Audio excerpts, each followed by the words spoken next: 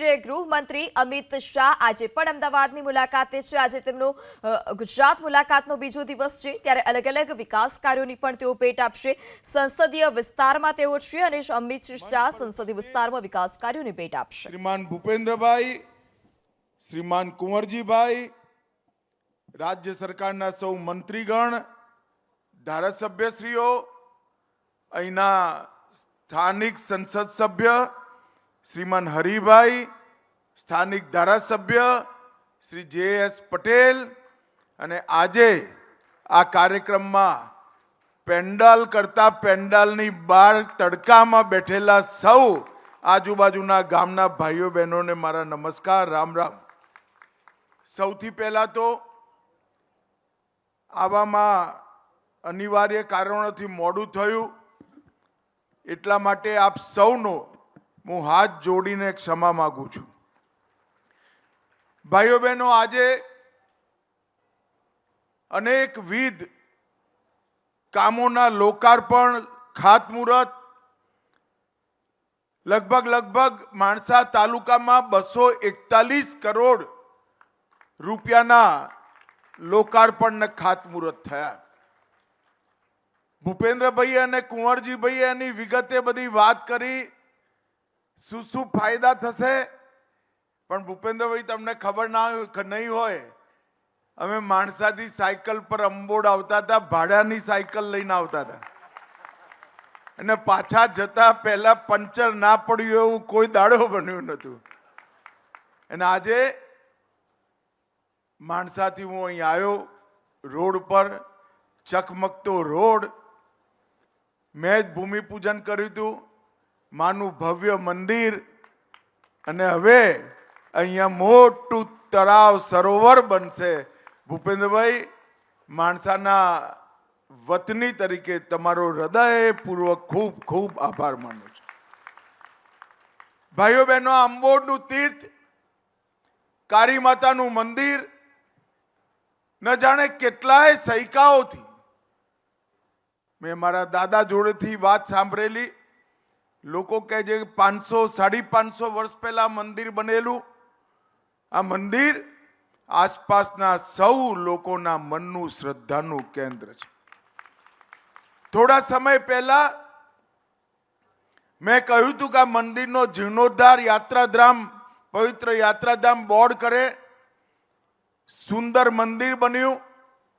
તમે સુંદર બેરેજ પણ બનાવો છો, પણ મુખ્યમંત્રીજી, મારી એક વિનંતી છે, બેરેજને 1 કિલોમીટર અંબોડથી આગળ લઈ જાઓ તો અહીં સરોવર પણ બની જાય।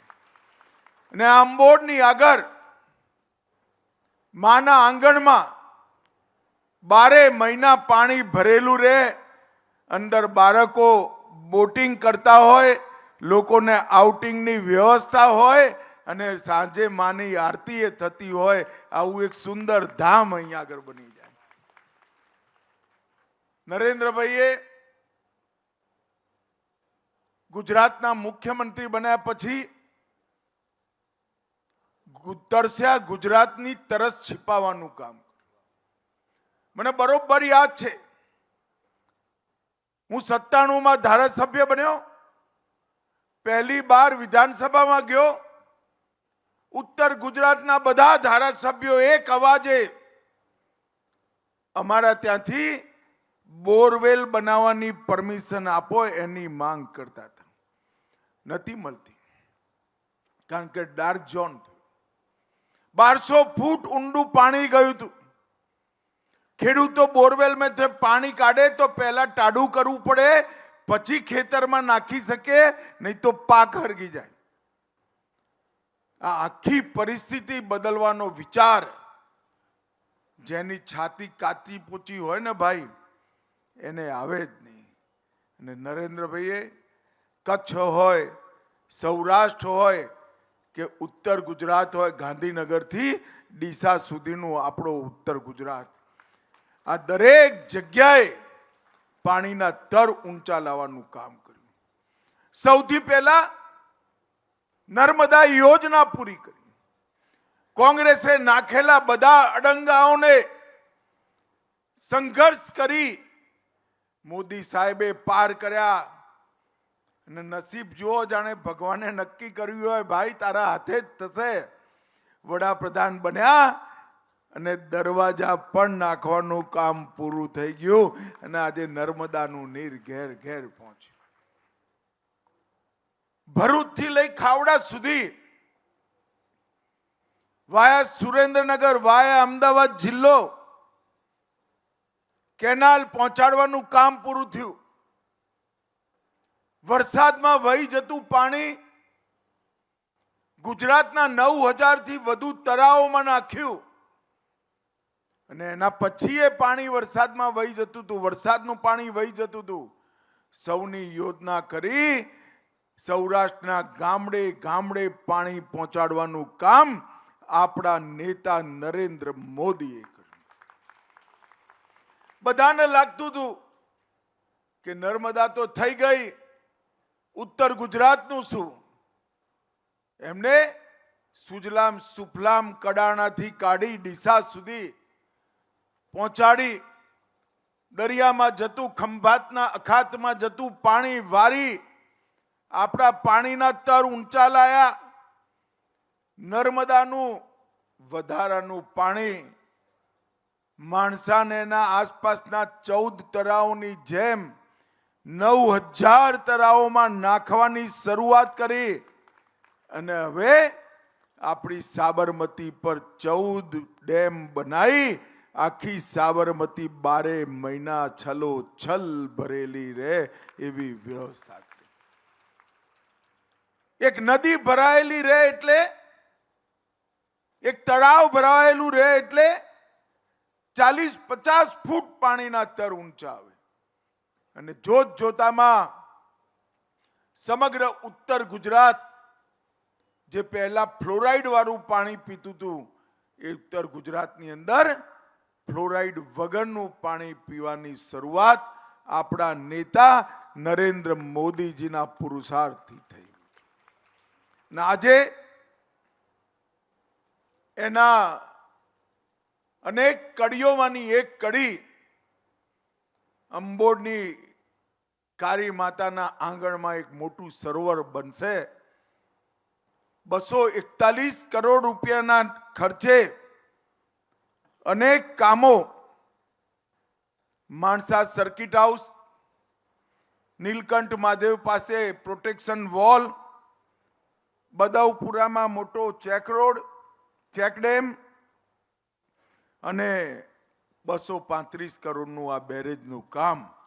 આજે એનાથી અનેક ખેડૂતોના જીવનમાં પરિવર્તન આવવાનું છે. અનેક નાના બાળકો જે ક્ષારયુક્ત ખારું પાણી પી, ફ્લોરાઇડ વાળું પાણી પીને ભવિષ્યમાં અકાળે વૃદ્ધ થવાના હતા, એમના જીવનમાં બદલાવ લાવવાનું કામ આ ચેક ડેમથી થવાનું છે મિત્રો. અને ભૂપેન્દ્રભાઈએ મને મંચ પર હા પાડી છે, ચેક ડેમને 1-1.5 કિલોમીટર આગળ લઈ માનું આખું આગળનો નદીનો પટ છલોછલ ભરાયેલો રહે એવી વ્યવસ્થા આપણે કરીશું. અને આવનારા દિવસોમાં આંબોડનું પવિત્ર મંદિર, 500-550 વર્ષ જૂનું મંદિર, એ સમગ્ર ઉત્તર ગુજરાતનું એક સુંદર પર્યટન સ્થળ બને એ પ્રકારની વ્યવસ્થા ગુજરાત સરકાર કરવાની છે. મિત્રો, હું ધારાસભ્ય તો અહીંથી થોડા દૂરના વિસ્તારમાં, લોકસભાનો સભ્ય તો કલોલથી બન્યો છું, પણ આ બાજુમાં માણસામાં જ મારો જન્મ થયો, ત્યાં રમ્યો, ત્યાં ભણ્યો, ત્યાં મોટો થયો અને આજે માણસા તાલુકાના વિકાસના કામો જોઈ મનને ખરેખર સંતોષ અને આનંદની લાગે.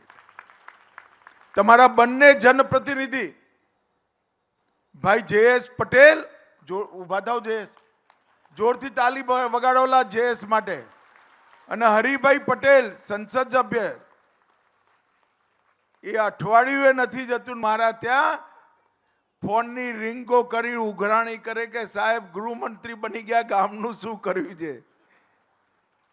પરંતુ મિત્રો, આવા ઉઘરાણી કરવાવાળા સાથીઓ હોય તો આપોઆપ કામને ગતિ મળે, કામને વેગ મળે અને કામો પૂરા પણ થાય. આજે હૃદયપૂર્વક માણસાના વતની તરીકે શ્રીમાન ભૂપેન્દ્રભાઈ, કુંવરજીભાઈ, એમના સાથી મંત્રી મુકેશભાઈ અને સંપૂર્ણ વિભાગનો હું હૃદયપૂર્વક આભાર માનું છું. અને આસપાસના ગામના સૌ નાગરિકો જે મોટી સંખ્યામાં 12 સુધી આવેલા છે એ સૌને ખૂબ ખૂબ અભિનંદન અને શુભેચ્છાઓ આપું છું. આ પાણી આપણા જીવનને બદલવાવાળું રહેશે. આ પાણી આપણા જીવનને શુભ કરવાવાળું રહેશે. અને આ પાણી માના મંદિરને એક વિશાળ યાત્રાધામ બનાવશે એનો મને વિશ્વાસ છે. આપ સૌનો ખૂબ ખૂબ ધન્યવાદ, આભાર. ભારત માતા કી જય. તો સંસદીય વિસ્તારમાં અમિત શાહે વિકાસ કાર્યોની ભેટ આપી. અમિત શાહના હસ્તે અનેક લોકાર્પણ અને ખાતમુહૂર્ત. અંબોડમાં નવા બેરેજના નિર્માણનું ખાતમુહૂર્ત. નવા બેરેજના નિર્માણથી 8 ગામની જમીનને સીધો ફાયદો થશે. કાર્યક્રમમાં મુખ્યમંત્રી ભૂપેન્દ્ર પટેલ, મંત્રી કુંવરજી બાવળિયા પણ ઉપસ્થિત.